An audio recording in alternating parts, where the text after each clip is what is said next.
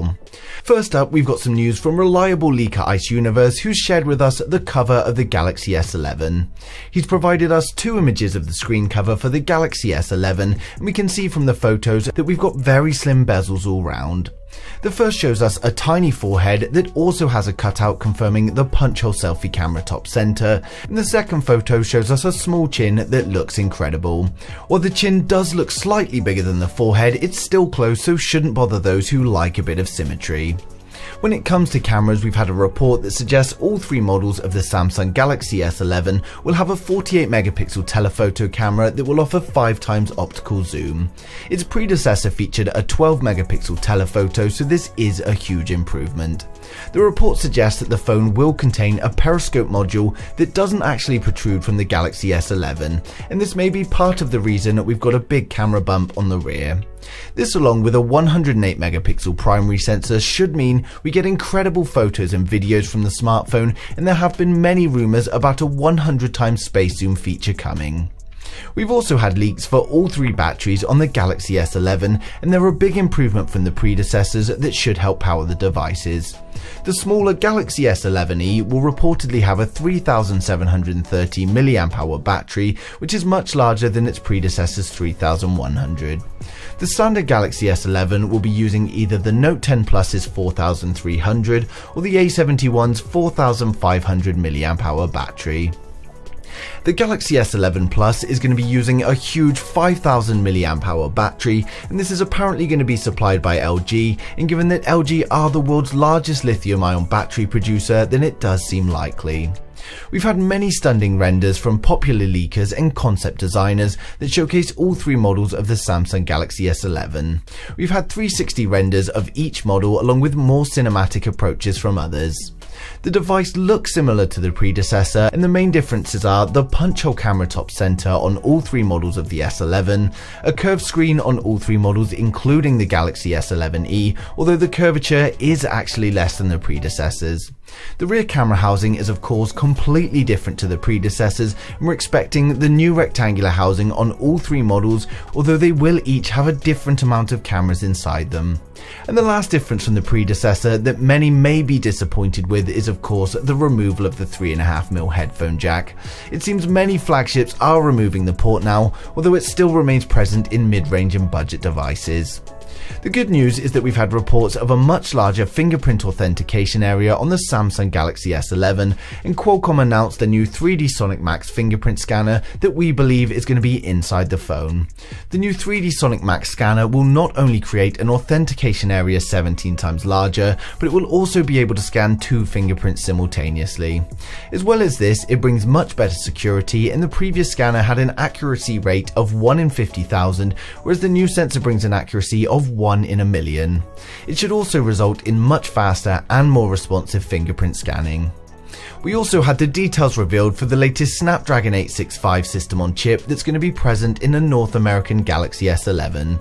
While still manufactured with 7nm lithography, it brings huge improvements over the predecessor.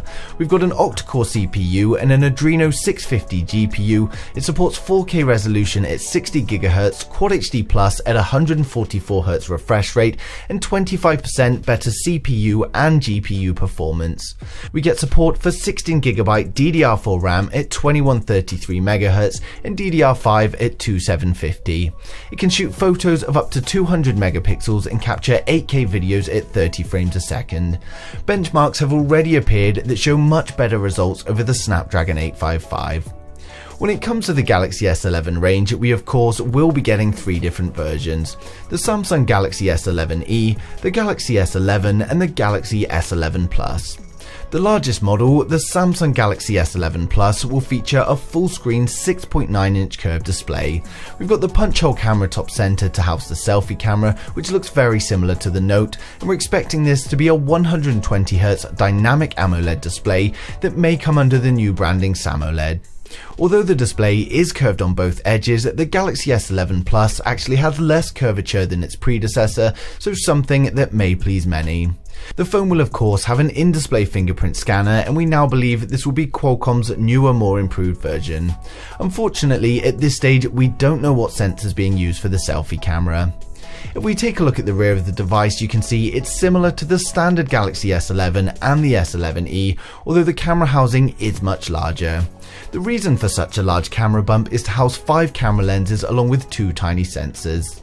We haven't had confirmation on what they all are yet, but we believe it to be a new night bright sensor along with the laser autofocus module.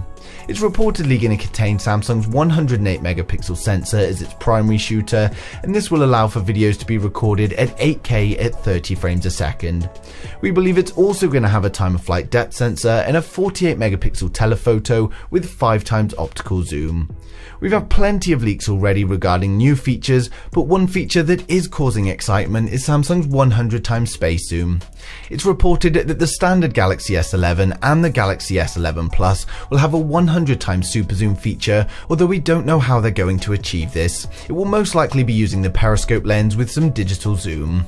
The overall dimensions of the Samsung Galaxy S11 Plus come in at 166.9 by 76 by 8.8mm, but if we include the camera bump, the thickness is 10.2mm. We of course have a USB Type-C port on the bottom with the speaker grill on the right. On the left we've got a small hole for the primary microphone, and there's also a secondary mic up top.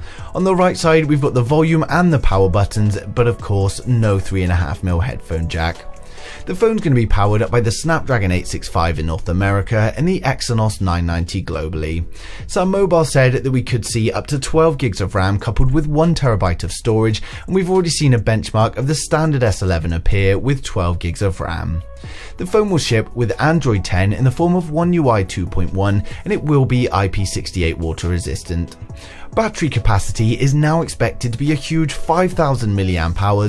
When it comes to fast charging, we know it's at least going to be 25 watts, but it could even be more, and it will also be capable of wireless and reverse wireless charging.